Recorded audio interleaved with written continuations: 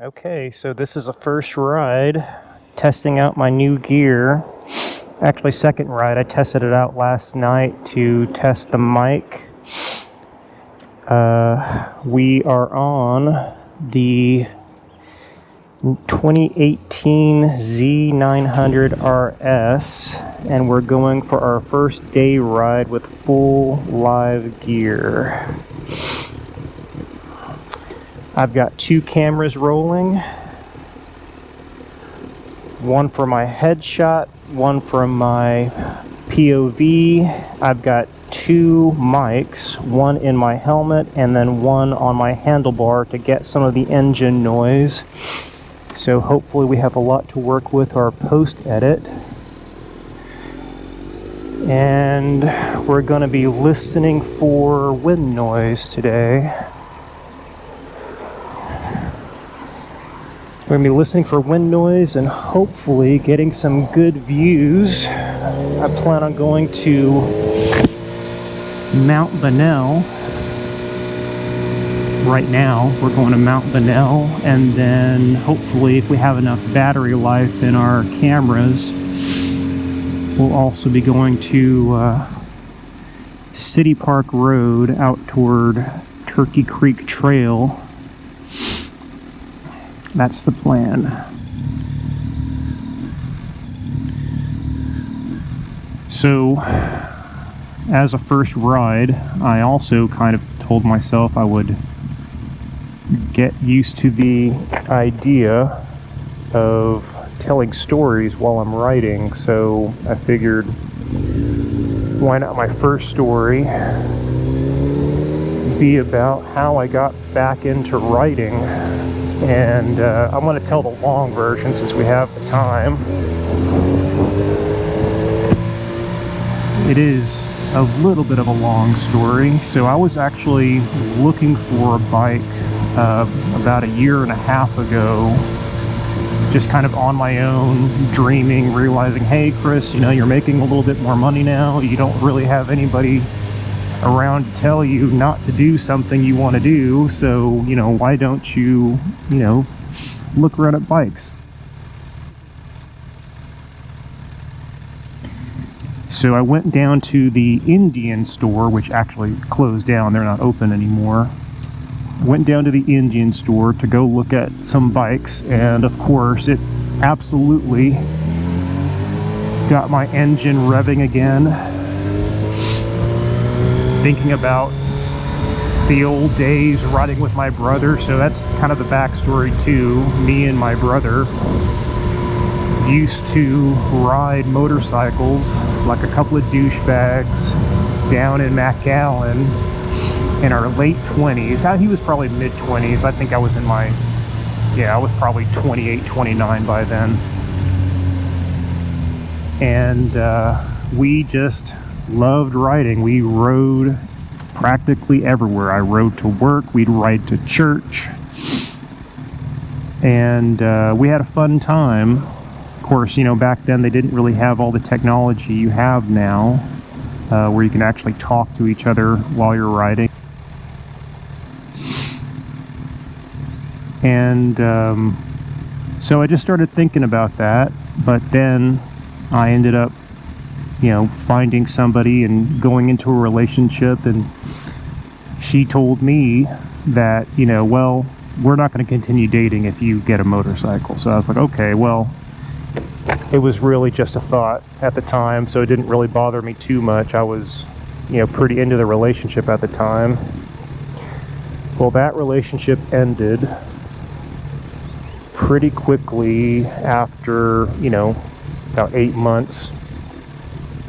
And in the time of, like anybody, thinking, okay, well, you're getting over a relationship, something in your life kind of needs to change. And well, I was already kind of into these motorcycle racing games. One called On the Edge, Isle of Man, which is a fantastic game. Oh my god. I started playing that almost like a consolation while I was in that relationship, and man, it just brought me alive. And got my brother into it as well, so he and I started playing. We didn't play together because you didn't really have a dual mode like that, but he told me that, well, he already bought a motorcycle, and I was like, well, shoot, you know, he's riding, why the hell aren't I riding? And so shortly after the relationship ended,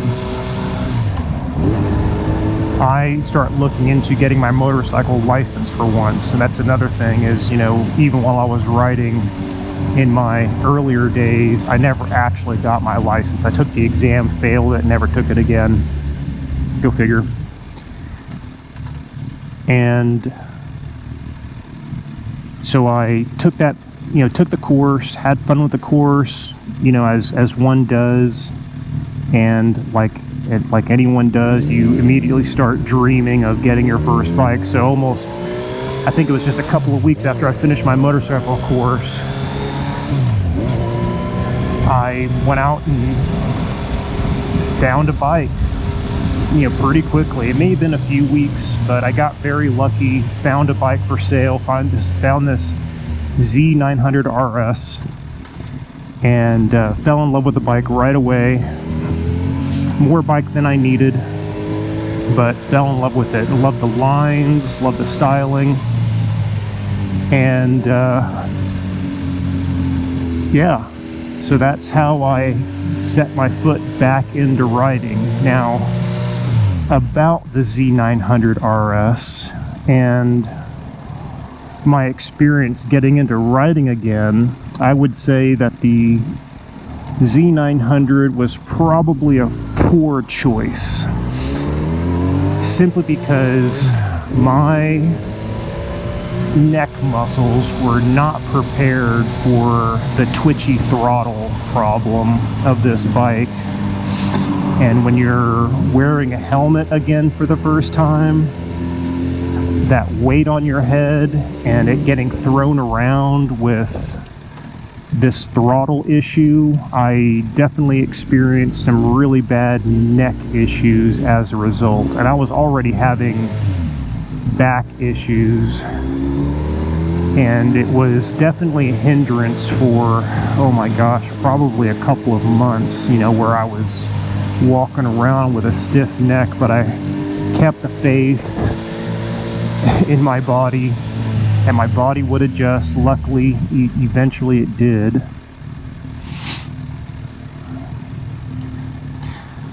So neck problems went away. I started getting much more into exploring Austin. So one of my favorite places to go right now, and gosh, man, it is humid today. I came across Mount Bonnell just a few weeks ago.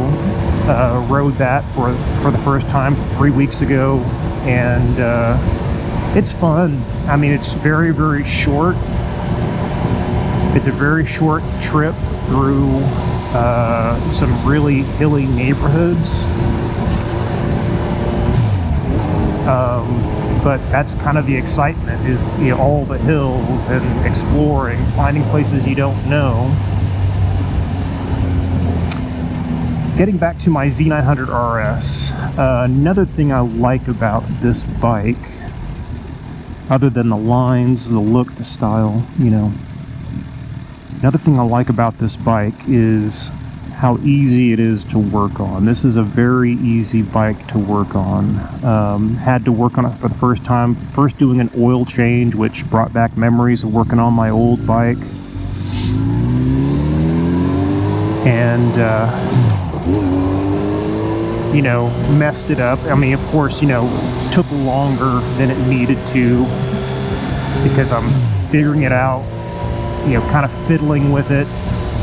Getting oil all over the place, which is part of the fun. The first time you work on your bike, it's gonna be a mess. You're not used to what tool for what, and you know where you need to have the oil pan. You don't know how the oil's gonna spill out. So, yeah, it takes a lot longer than it needs to, but that's part of the fun at the same time. And so we're coming up on 38th Street right now. This is going to take us over to Mount Bonnell. This is the best way I know to get here.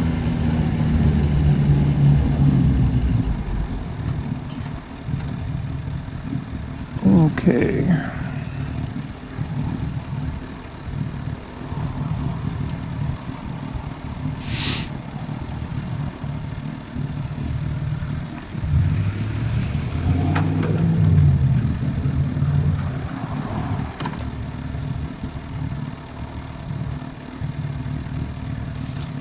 Yeah, my visor's starting to fog up a little bit. I'll probably cut this part out.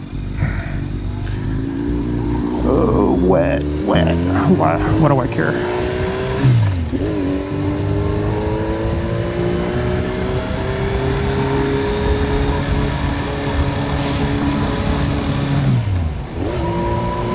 So anyway, yeah, my experience of getting back into writing, man, I forgot how nice it is to meet other writers. Man, you meet people at the coffee shop and you trade stories. It's kind of like hunting a little bit, you bump into other hunters and you tell stories. Where did you kill your last one? How big was it?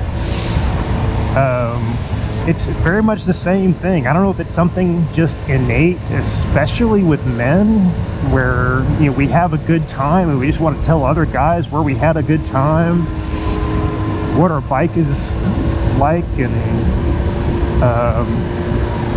yeah. So I meet people at the coffee shop. Right now I have a couple of friends who also ride at the yoga studio I go to. I'm a regular yogi, and it's you meet people. You don't always have a reason to strike up a conversation at yoga, but when you ride a bike and you have that in common, boy, does that really strike up a conversation. I will say, man, that's something I really like about writing. Is it creates a connection with other writers, two like-minded people, kind of like going to yoga, people all there to do the same thing together for the same reason, a lot of the same reasons. And when it comes to writing, you're just meeting somebody who you may not have a whole lot in common with, but you have that, and you do it for the same reason, which creates a lot of commonality in itself.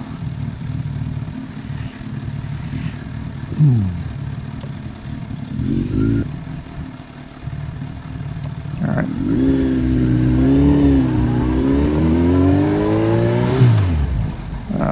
And I'm in the turn lane. Okay, I don't think anyone cares.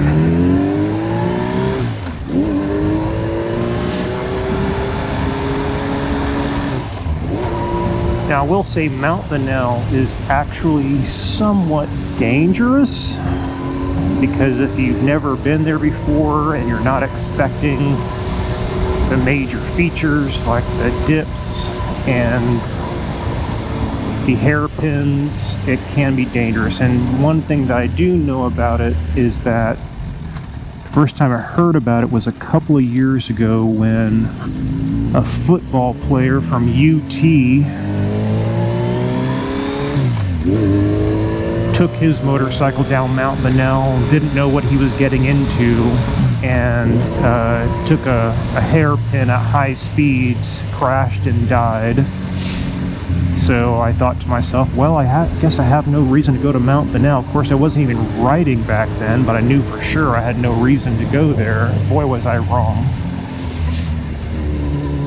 And I'll hopefully be able to show you.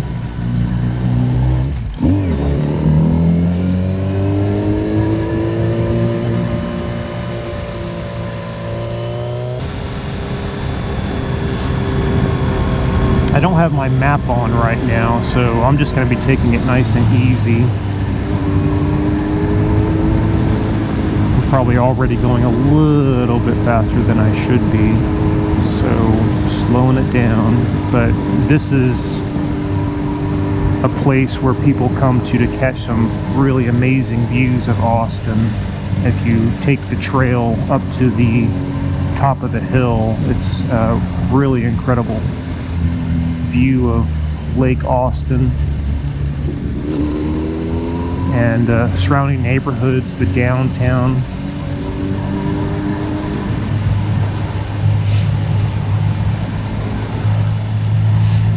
Alright, so we're going down a pretty steep hill here. I don't know if you can tell from the camera angles, but it is very steep, and it's going to get even steeper here in a little bit, but this is nice and short, not a big deal. Just got to be careful.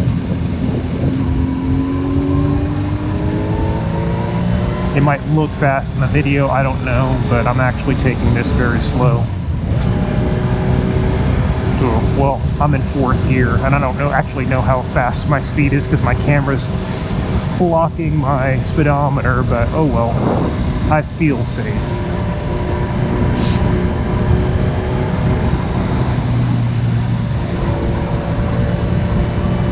I have to say, it's pretty neat to be talking while I'm writing. I mean, I love talking while I'm, with my brother. We'll be on the phone together, or he'll be writing with me.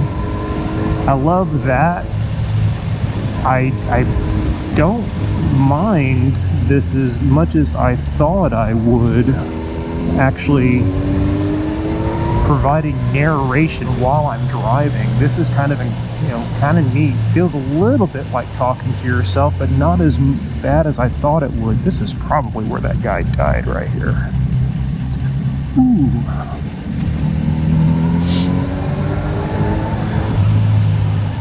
Probably, I can't say for sure. Shifting down to 2nd here. Look where you're going. Got another rider in front of us. Beautiful. They can do it, so can I.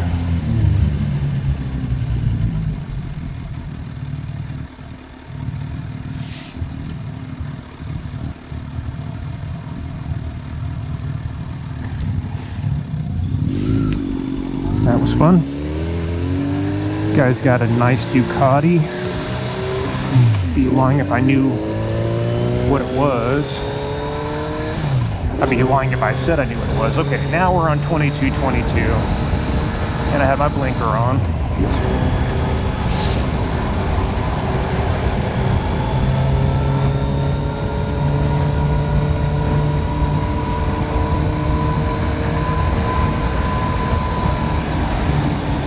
This is a pretty simple ride. Nice twisties. You can probably hear a little bit of my helmet noise right now. So I don't know if it's really worth talking, but a friend of mine, actually the one friend I made in yoga, I met him, or started talking to him really,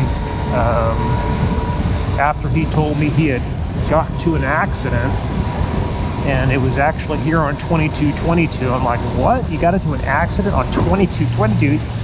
And he admitted, he was like, he was being a dumbass. He was going way faster than he should.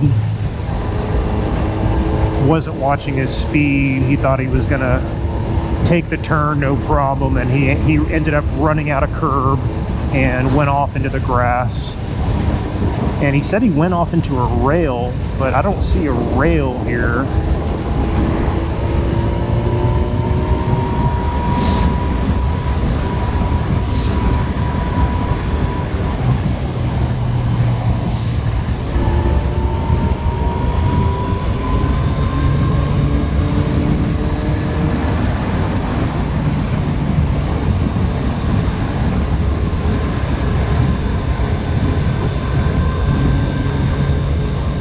I can't believe when I first started writing, or first started writing again, I actually had trouble on 2222. I didn't have the lean confidence. That's something we can talk about, is lean confidence. Maybe we can save it for another story, but I can talk about it now too. Well, now I've got to shut up because this Ducati's going to pull up next to me.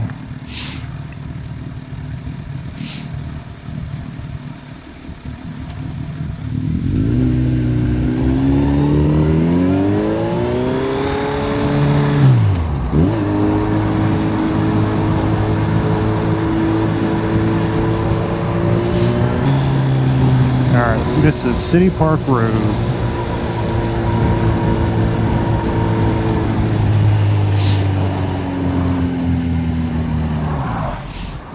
Fun ride.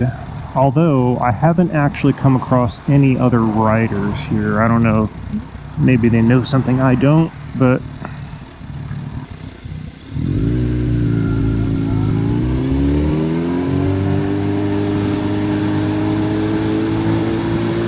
might cut this whole thing out, actually. Cut this into 2 videos. That might be the thing to do. So this is City Park Road. This goes out to Turkey Creek Trail. And like I said before, I discovered this a couple weeks ago from Google Earth. And I first came across it actually about a year and a half ago when I was on a date. And I remember coming out here for the first time thinking, man, these are some really good twisties. Some good elevation change like this right here. Don't really want to be behind all these people.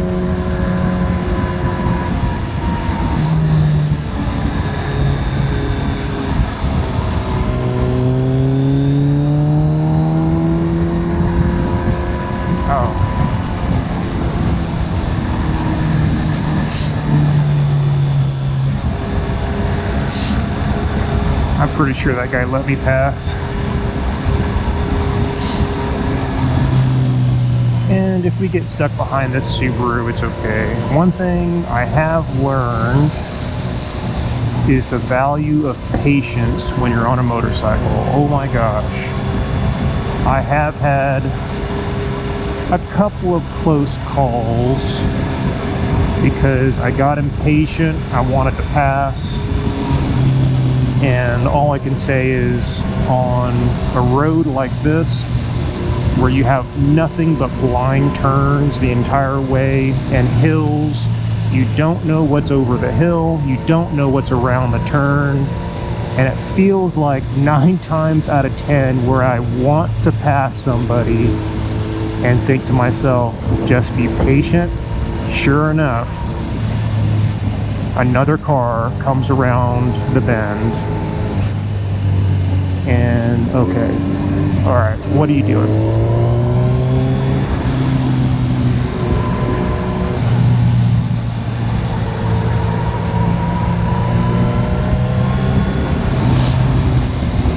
I mean, I was actually totally cool with that, but I feel like maybe they were trying to let me pass. And I had a little bit of space between me and the corner where I knew I had some safety area, so don't judge me. What do you think? Was that a safe pass? Tell me in the comments. Let's do this YouTube thing.